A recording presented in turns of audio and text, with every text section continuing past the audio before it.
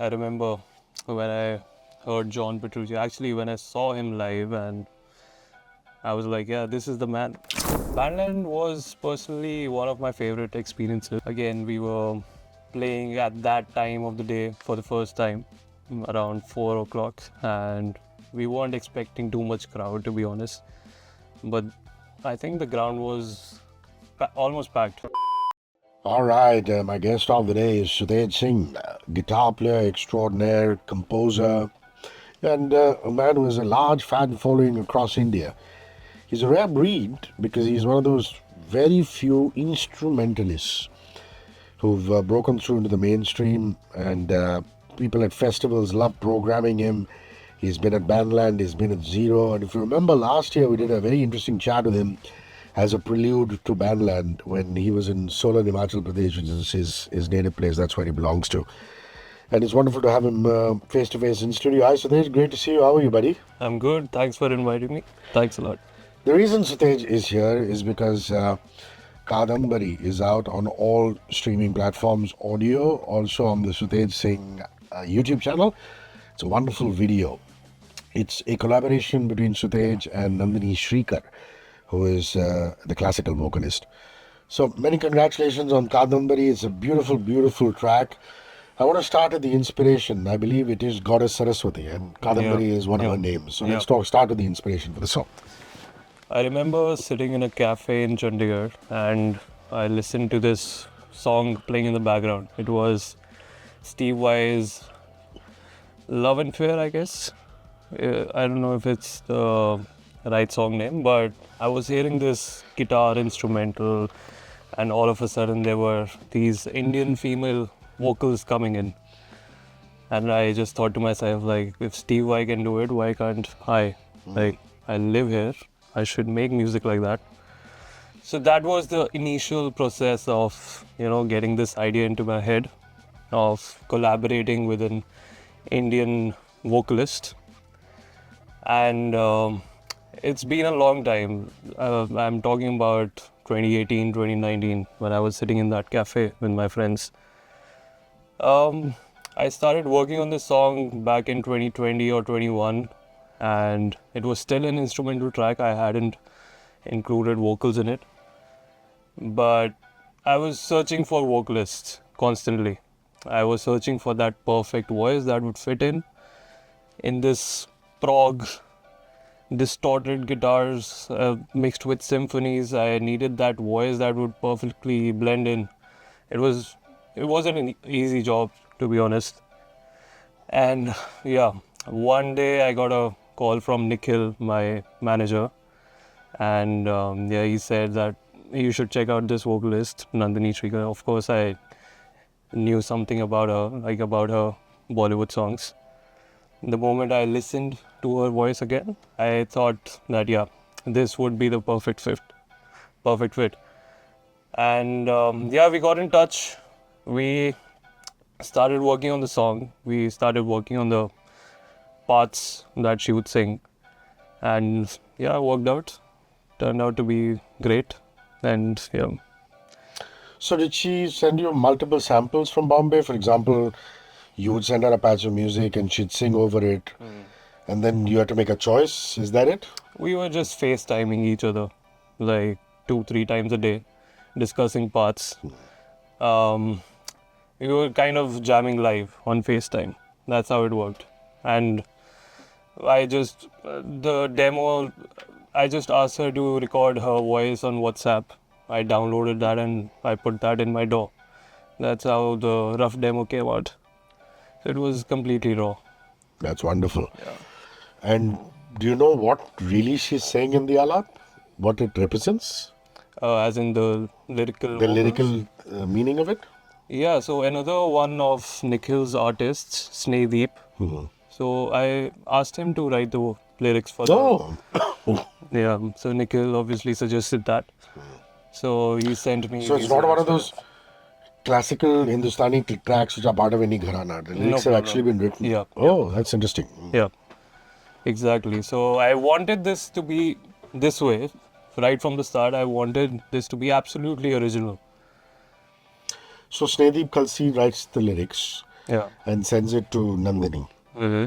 And did she make any alterations? Did she make any changes? Or did she just stick to it? Because sometimes to get the Yeah. meter right, Yeah. you've got to make a few changes here and there. You must have given her that freedom. Yeah, I sent her the initial demo of how I wanted her to sing, but then her artistic values came in. She wanted her ideas to come forward as well, and I really respected that as an artist. So yeah, it worked out. That's what a collaboration is. It worked out as a collaboration, and yeah, she's kind of a co-composer for the song. Also, Sutej, I'm a firm believer that whenever there's screeching electric guitars, it's very difficult for the vocals to cut through. But such is the power of her vocals Yeah. that not only does it blend in beautifully with the track, it also cuts through, which is so important when it concerns vocals over an electric guitar.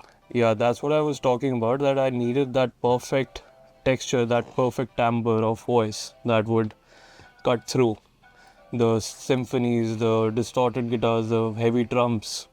So yeah, she was the perfect find. Really glad it worked out. Wonderful, guys. You must go and stream the song. Go check it out. Now we come to the video, which is up on YouTube. Very interesting video. Thanks. Now, obviously, for a classical singer, you would want a classical element. Yeah. And, apart from you playing the guitar in the video, we have a wonderful Kathak dancer there who's performing. Is this a regular collaborator, the music video director? Does he work? Have you worked with him before? I understand you filmed in Chandigarh, or is this the first time that you're working together on this project? So Chandigarh is a place we have this small community of artists working together. I have my friend Parth Kosa who's playing the drums for me live as well as for the studio. Aditya Negi plays the bass guitar, and it was Parth's sister Shubhra who's actually dancing in the video. And Shubhra is a great dancer. She belongs to a very artistic family. And yeah, I asked Shubhra to dance for this video like back in 2022 maybe. But I was actually planning to release it back then. And yeah, it's been the same idea for me for the video, that I wanted a classical element in the video as well. So I got in touch with her again. I explained her like finally the song is going to release along with the album later on, and everyone was excited. And yeah, it was something that everyone really, you know, they kind of felt that it did justice to the song. And Sutej, it's not an elaborate set. It's a very basic set with a bit of a jali there so that Yeah, the yeah, light yeah. comes through. And it's almost as though she is dancing at home or rehearsing in a dance hall. And suddenly she gets very emotional Yeah, with the piece. yeah. So it's a very interesting bit of choreography. And, Mrs. Kosher, who is your drummer and the dancer's mother, choreographed it. Did you give her any brief, or did you just say, Auntie, this is the patch of music, work your magic? Or did you Yeah, it was more like nudge her in that direction? it was more like that. Like these are the lyrics. This is the music. Now it's up to you. What do you want to do? Because I have no idea about dance. I don't know how it works. I don't know the emotions about dance. So it was all in her and Shubhra's hand. And yeah, it's something that it's absolutely is doing justice to the song, and as a dancer as well, like they're bringing out their emotions, kind of explaining what the song is about. It's about longing, and in fact we've got a reaction video of this song from someone in the US, and he obviously couldn't understand the lyrics, but seeing the video he could see that, oh, it's something about in that direction. So that's what the video is all about. That just proves that you don't have to understand lyrically or the language in which it is spoken, but Yeah. if the emotion is deep enough, you're able to pick up on it. And obviously, that's what that reaction video was all about. Somebody from the US who probably didn't even understand the lyric writing of it. Yeah. So fantastic. And then, was it a one night shoot? Did you do it over 2 days? And most importantly, did the dancers have a bit of a problem adjusting to the tal or the rhythm? Because for Kathak, that's very important, isn't it? I mean, it's a very rhythm-based dance. Yeah. It's not like a dance ballet where they take long pauses and they can play out emotions. They've got to keep Yeah. the movement going. So when you're writing prog music, of course, like there are plenty of odd time signatures we play with. Now, for me, it was a surprise that Shubhra and, in fact, even Auntie never had a problem with it. They were spot on. It was actually, they were actually comfortable with it, and it was quite a surprise. I was talking to Parth about it, and he was, yeah, like, it's in the family. Come on, we live with it. That's lovely. Yeah. Two generations, Yep. two generations of Kathak dancers and a drummer in the family. So that's very interesting. Also, Sutej has been keeping himself very busy because if you go into that YouTube channel of his, you'll find another very interesting track, which is a mashup or his own adaptation of a track of his and a very famous Dream Theater track. Yeah. And really, I mean, these are the OGs, aren't they? Dream Theater of psychedelic rock. I imagine that you grew up listening to them, yeah, and idolizing them. I was in college when I first listened to Dream Theater. I remember when I heard John Petrucci, actually when I saw him live, and I was like, yeah, this is the man. This is the band that I probably want to sound like. But this is like the immaturity as an artist in the beginning of your career. Like you want to sound like someone else. Ultimately, when you start making your own music, you want to sound like yourself. And Well said. those influences, they come in, like you cannot help it. The more music you listen to, it's all coming in your head. You cannot just put it away. It's not possible. But Dream Theater was one of those bands that I really enjoyed listening to. I really liked the complexity. At the same time, I really liked the melodies they wrote, especially in Petrucci's solos. So yeah, everyone kind of said that he's too technical of a guitarist and probably he doesn't have feel. So I am completely not agreeing to any of that. I think the kind of melodies that he wrote, no one else can.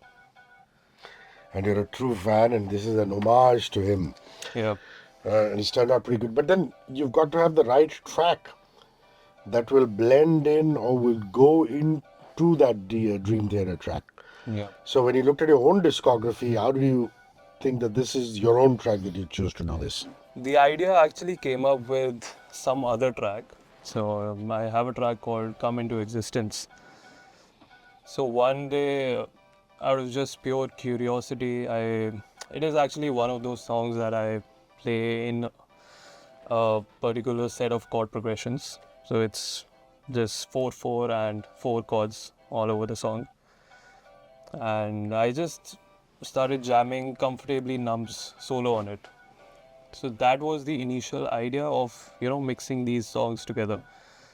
I uploaded that video as well. The second one I wanted to do another song like that with this mashup or mixed song, whatever you want to call it. I chose my song Walk My Paths and Dream Theater's Under a Glass Mold.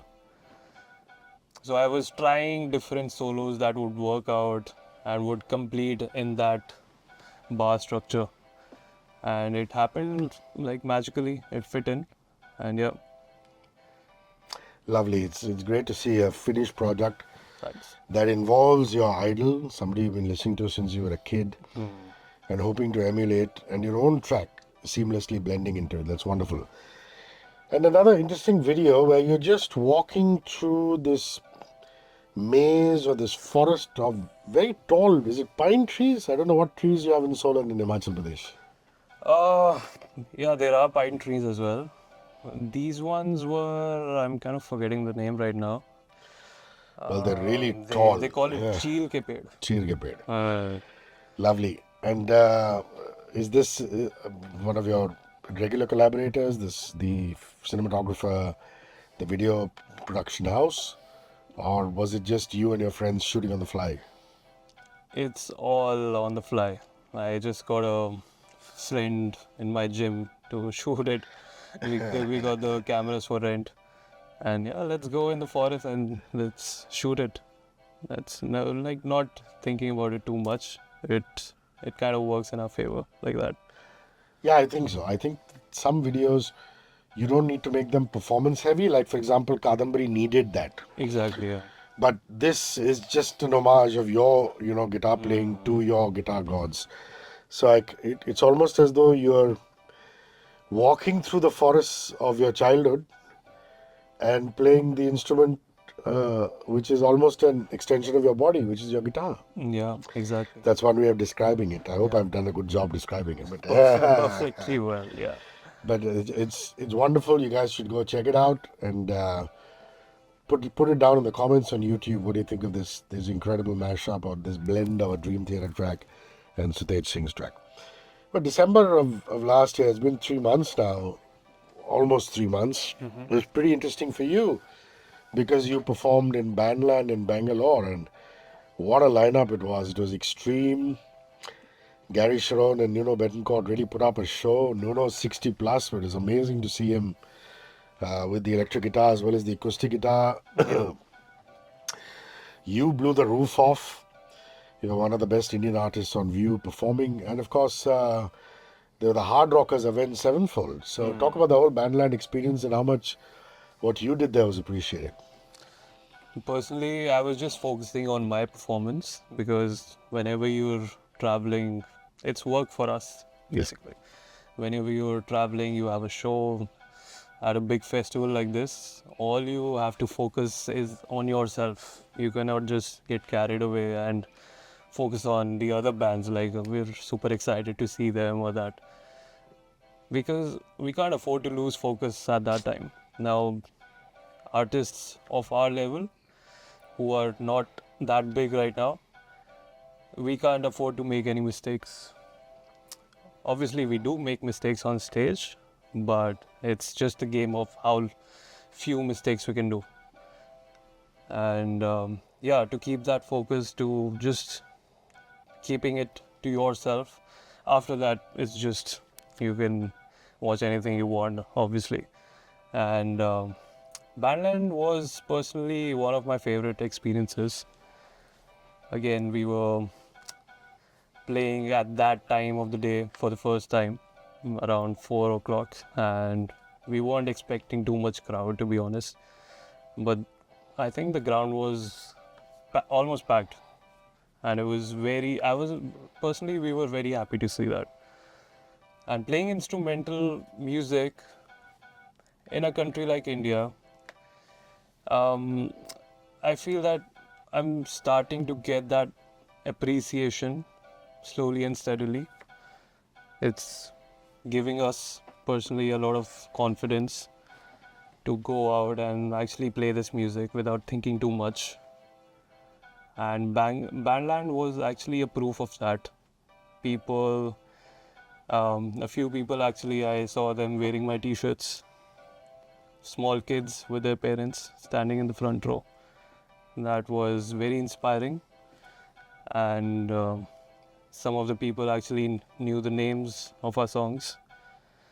So stuff like that. So that all happened in Bandland, and of course, like watching these big bands later on, they always inspire us. Like, it's always an inspiration and a learning process watching them rather than actually just enjoying their music. I actually go and learn from them. Like, how's the stage presence? What are they going to do for the next song? What's the encore going to be like? Stuff like that, yeah. That's incredible. You should go on again to Sutej's YouTube channel. Oceans Apart, is that the song? Yeah. There's a track of his called Oceans Apart, which he's performing live at Bandland. You can see him in all his action, packed house at Bandland. and you can see some serious guitar chops there. And you'll get a feel of this wonderful 2-day festival in Bengaluru, which we support, 94.3 Radio, one of the official radio partners. In fact, we also got Sutej to go backstage and do a little bit of a chat in our radio booth there.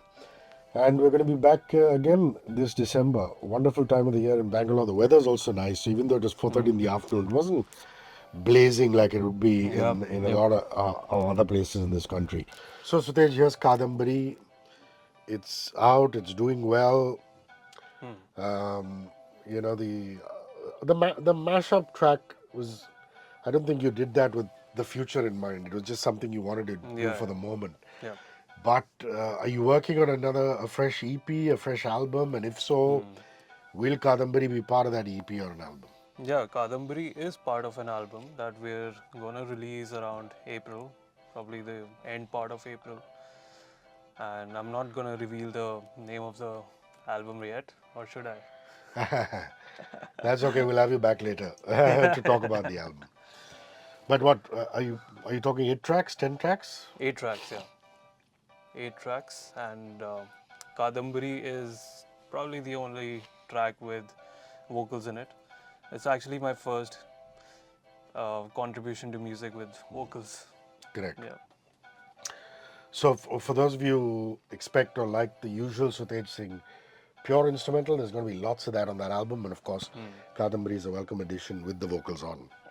And you're looking at April Yeah. to be a tentative date. And before April, you're going to be dropping another single, perhaps, just to tease the album. Maybe one more No. single, or is it just going to be straight the album? It's gonna be the album straight ahead.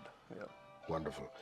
You also did a performance in Zero last year, the Zero Festival Yeah, yeah. in Arunachal in September. It's been a while, but you must have lots of fans in the Northeast who write to you on social media, who love your guitar playing. Yeah, they do.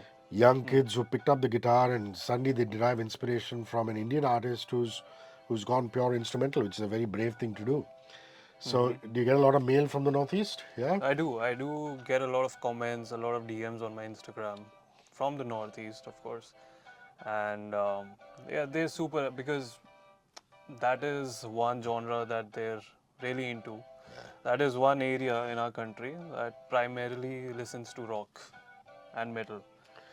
Correct. It's still the home of rock and metal, Yeah. even though a lot of the other parts of the country are indulging in EDM.